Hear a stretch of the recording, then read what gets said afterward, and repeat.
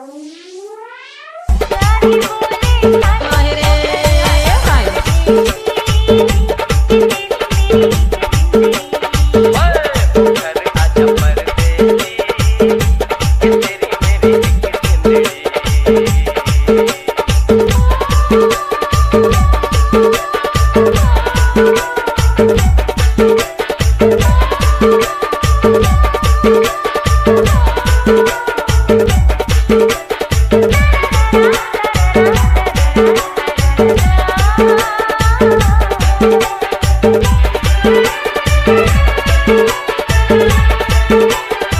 कर थस रे?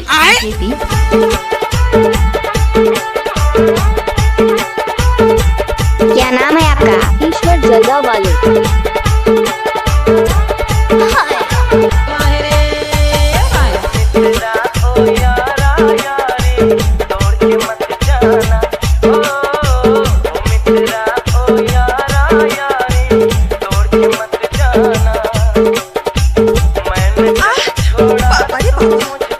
ओ ड्राइवर बाबू, अरे गाड़ी आस्ते चला।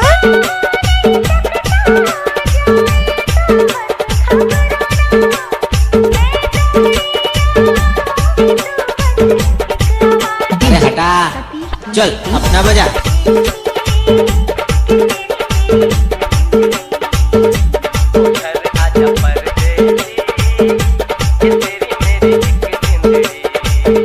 मिक्स बाय डीजे ईश्वर कुमार जलगा।